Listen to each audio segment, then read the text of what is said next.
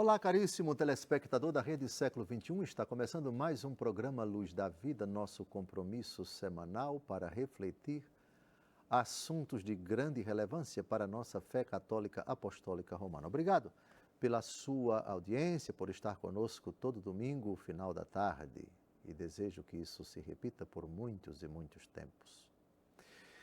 Programa Luz da Vida, pela 34ª vez, se debruça sobre o tema do paraíso. O céu, a vida eterna. Paraíso, um dos 4 novíssimos. Novíssimos são as derradeiras realidades que acontecerão terminada a nossa peregrinação aqui na Terra. São 4 os novíssimos: morte, juízo, inferno e paraíso. Ao tema da morte já dedicamos 29 programas. Ao tema do juízo dedicamos 65 programas. Ao tema do inferno dedicamos 28 programas e ao tema do paraíso, com esse 34 programas. Continuando a nossa abordagem do Catecismo Romano, o Catecismo do Concílio de Trento, um documento que deu lugar ao atual Catecismo da Igreja Católica, todavia ele tem muita riqueza e sobre a vida eterna ele tem uma quantidade considerável de reflexões, e estamos refletindo parágrafo por parágrafo essa parte do Catecismo Romano que toca a vida eterna. E eu queria agora ler e comentar para vocês um parágrafo que trata do céu, da eternidade, como um dom incompreensível. O que significa incompreensível? Que não se compreende, que não se entende, pelo menos exaustivamente, completamente, totalmente. Há de se compreender alguma coisa do céu. E a Bíblia fala, Jesus falou, os apóstolos falaram, o Antigo Testamento em sombras, o Novo Testamento com mais clareza. Todavia, apesar da clareza, não esgota o Novo Testamento essa realidade grandiosa, misteriosa, abscôndita, que é a morada de Deus, que é a felicidade sem fim. O céu como dom incompreensível. É uma compreensão incompreensível aquilo que a Escritura diz sobre o céu, porque em diversas passagens há elementos, e já abordamos todos eles, do Novo Testamento sobre o céu, e eles podem ser resumidos naquela frase da 1 Coríntios, capítulo 2, versículo 9, o que os olhos não viram, os ouvidos não ouviram, isso Deus preparou para aqueles que o amam. Com a palavra, o Catecismo Romano, que diz o seguinte a respeito da eternidade como dom incompreensível. Quando falamos de vida bem-aventurada, a própria expressão já indica quão imensa não é a felicidade dos justos na pátria celestial e que só eles mesmos, e mais ninguém, podem compreendê-la em toda a sua extensão. Quando, para designar uma coisa, empregamos algum termo, que é comum a muitas outras, logo se vê que não há termo próprio para exprimi-la sem ambiguidade. Pois bem, os termos que designam felicidade aplicam-se tanto aos justos, como em geral a todos os que hão de viver eternamente. Deste fato, é lícito concluir que se trata de um estado de tal transcendência que o não podemos exprimir com precisão de um termo adequado. Ambiguidade, eu acho que é a palavra-chave desse parágrafo. Ambiguidade é a qualidade. Ambi significa dois. Ambíguo, de dois ou mais. Se é uma palavra que tem 2 ou mais sentidos, ela nunca expressa com exatidão, com precisão, aquilo que de fato ela é. Vamos pegar, e eu penso que aqui está já ilustrada essa distinção, felicidade dos justos já aqui na terra, felicidade dos justos no céu. Tem relação entre a felicidade dos justos aqui na terra e a felicidade do céu? Claro que tem. Mas atenção, é uma semelhança. Vede que prova de amor nos deu o Pai, de sermos chamados filhos de Deus, e nós o somos. Assim diz a primeira carta de São João. Mas ainda não se manifestou aquilo que nós haveremos de ser, porquanto o veremos como ele é. Ainda não se manifestou. Já se manifestou porque já somos filhos de Deus, e essa condição é própria dos batizados aqui na terra.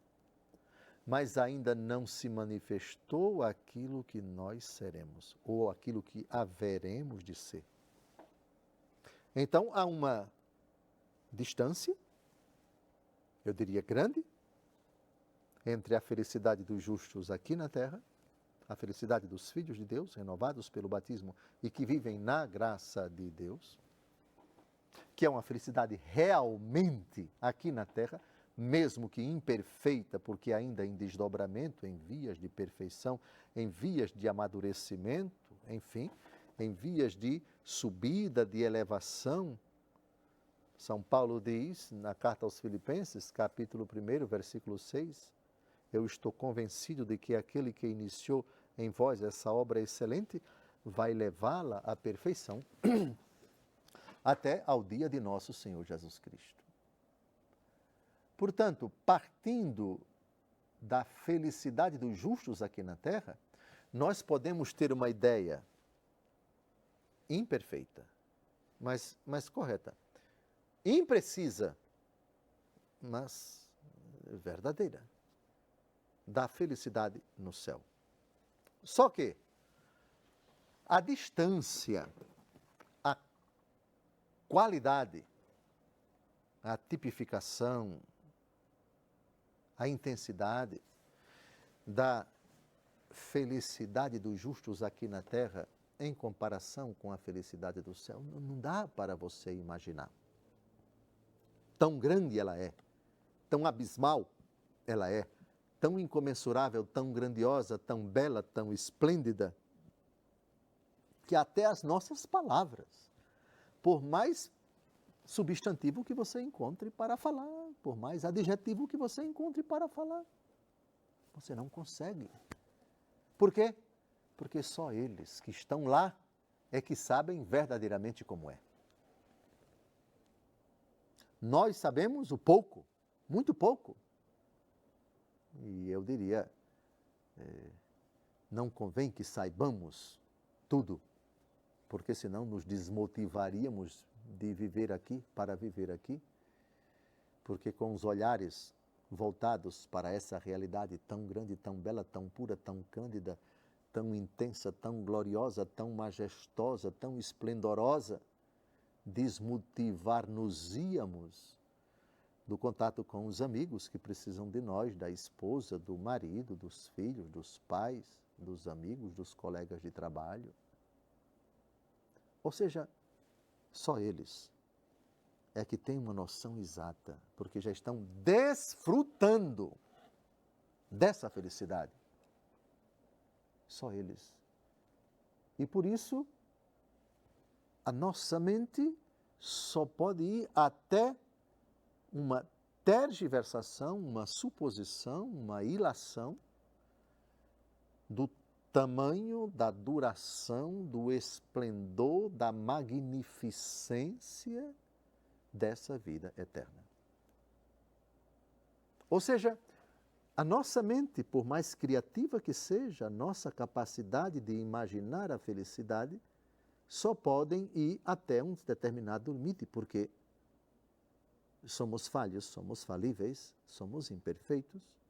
Todavia, a maior realidade que nós possamos imaginar de beleza, de grandeza, de fulgor, de esplendor, de felicidade, de graça, de condição de paz, de harmonia, de felicidade, qualquer qualquer ideia que nós possamos fazer, postular, não chega nem à orla do tamanho desse mistério abismal que é a vida eterna.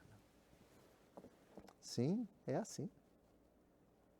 O que os olhos não viram, o que os ouvidos não ouviram, isso Deus preparou para aqueles que o amam.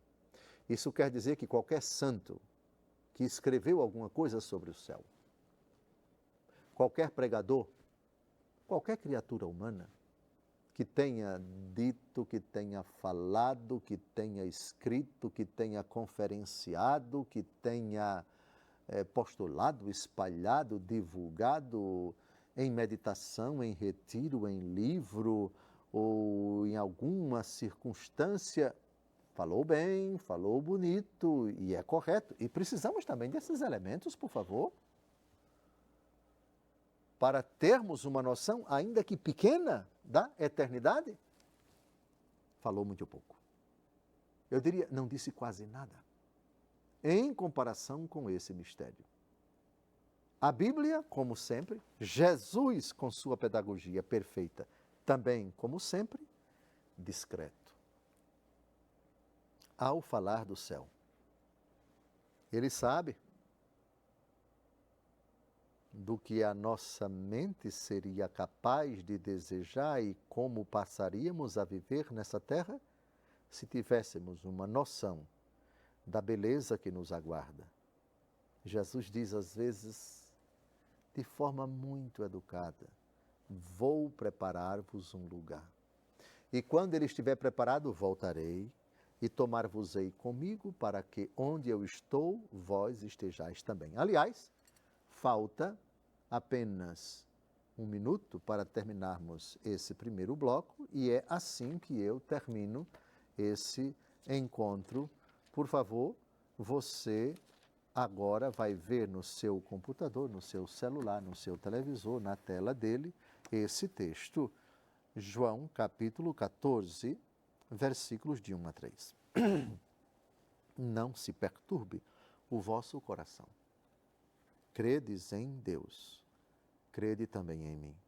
Na casa de meu pai há muitas moradas. Não for assim, eu vos teria dito, pois vou preparar-vos um lugar.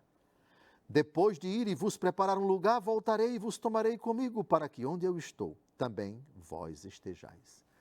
Seja suficiente isso, estar com Jesus, habitar com Jesus, viver com Jesus. Basta. Isso é o essencial sobre a vida eterna.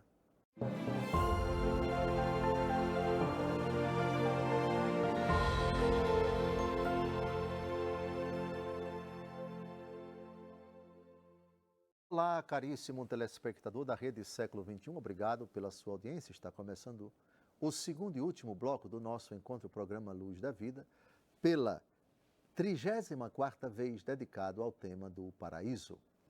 Paraíso, um dos 4 novíssimos. Novíssimos são as últimas realidades que acontecerão com a aventura humana terminada a sua peregrinação aqui na Terra.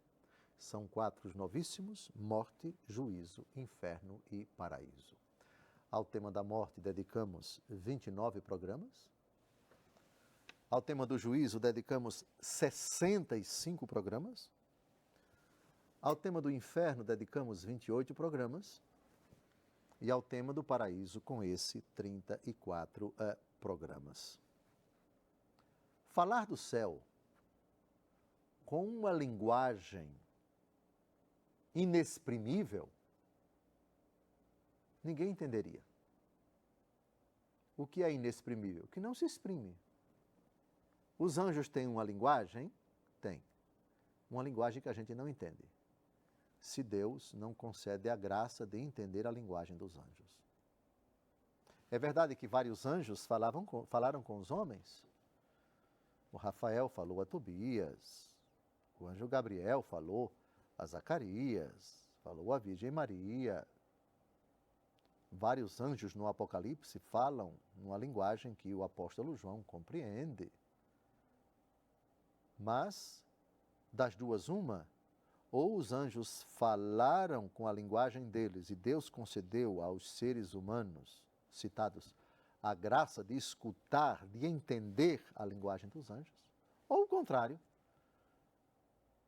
os anjos receberam de Deus a graça de falar não em linguagem dos anjos, mas em linguagem humana, que, portanto, foi compreendida pelos destinatários dessas mensagens, já que os anjos são mensageiros. E a mensagem, ou você diz na língua do mensageiro e o destinatário que entenda, ou o contrário, o mensageiro usa uma linguagem que o destinatário é capaz de compreender. Muito bem. Então, quando você fala de uma realidade que ninguém aqui na Terra viu, e raríssimas foram as pessoas que ainda aqui na Terra tiveram o privilégio de ter uma visão do céu, e São João foi uma dessas pessoas. O Apocalipse tem narrativas abundantes da felicidade sem fim, da glória do céu. A linguagem humana não pode exprimir.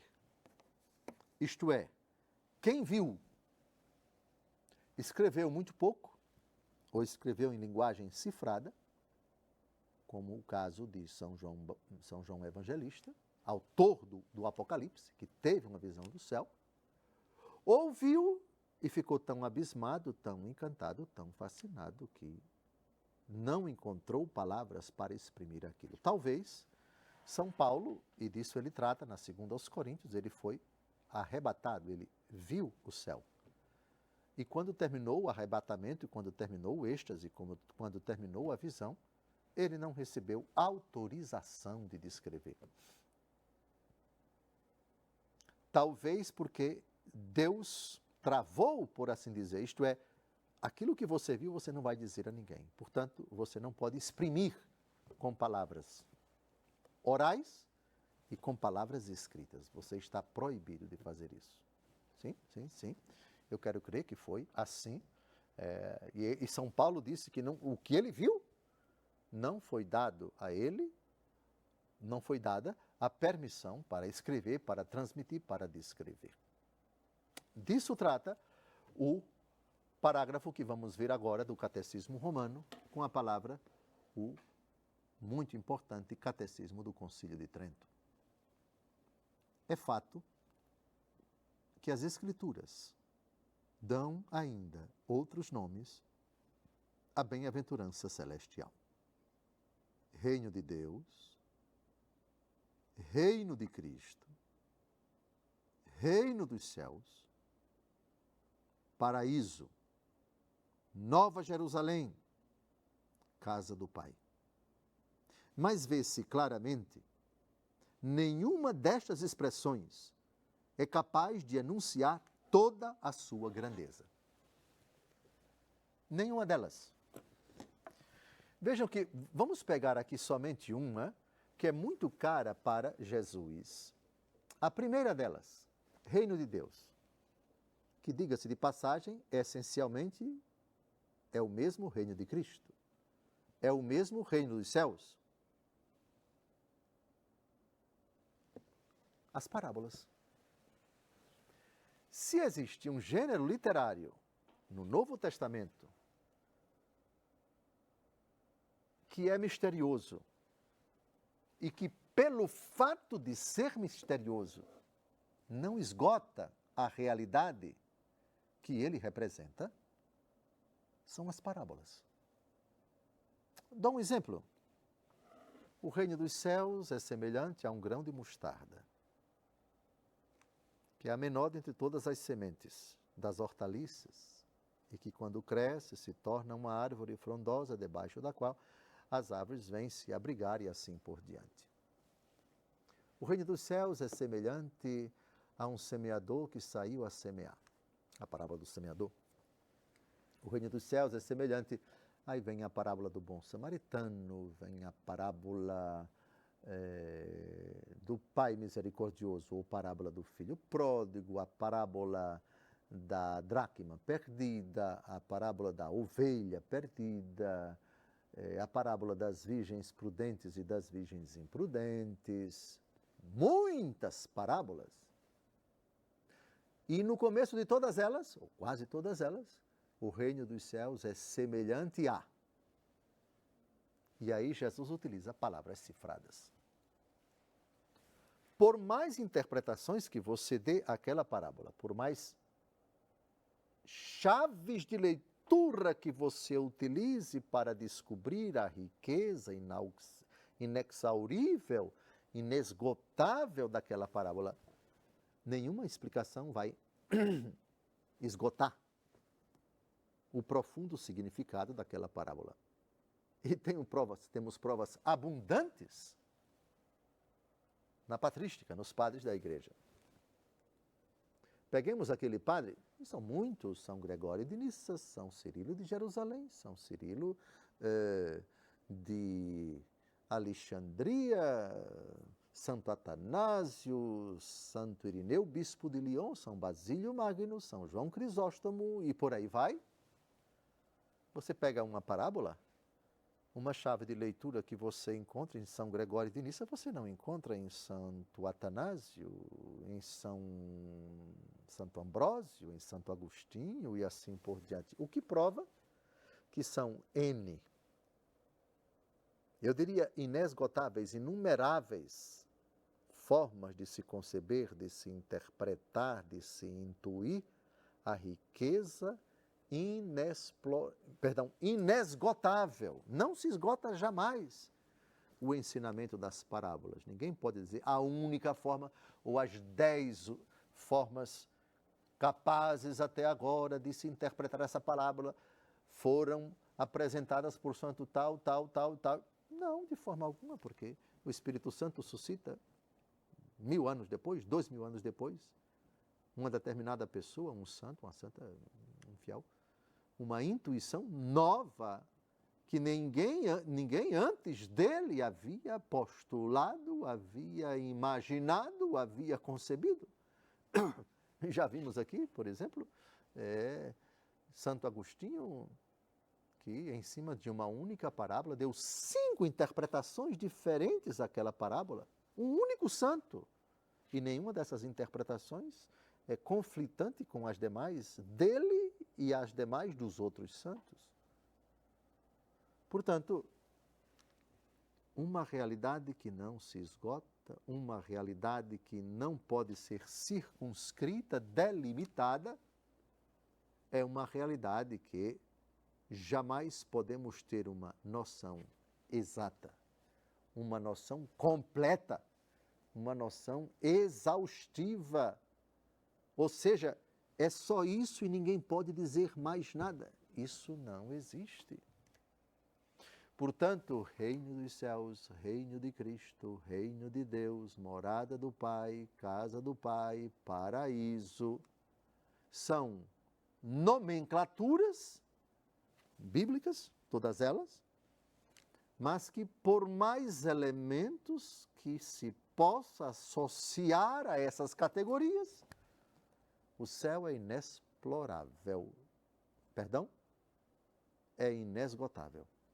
Eu penso que é melhor inesgotável do que inexplorável. Você pode explorar, entre aspas, ainda que com limitações, textos da Escritura, reflexões dos padres, dos santos, dos doutores da Igreja a respeito dessa realidade, porém, por mais importantes e profundas e demoradas, por mais rios de tinta que tenham sido derramados para se escrever sobre isso, não se esgota absolutamente. Pelo contrário, é um mistério, o mistério da habitação de Deus, da intimidade de Deus, de estar com Deus, a felicidade sem fim.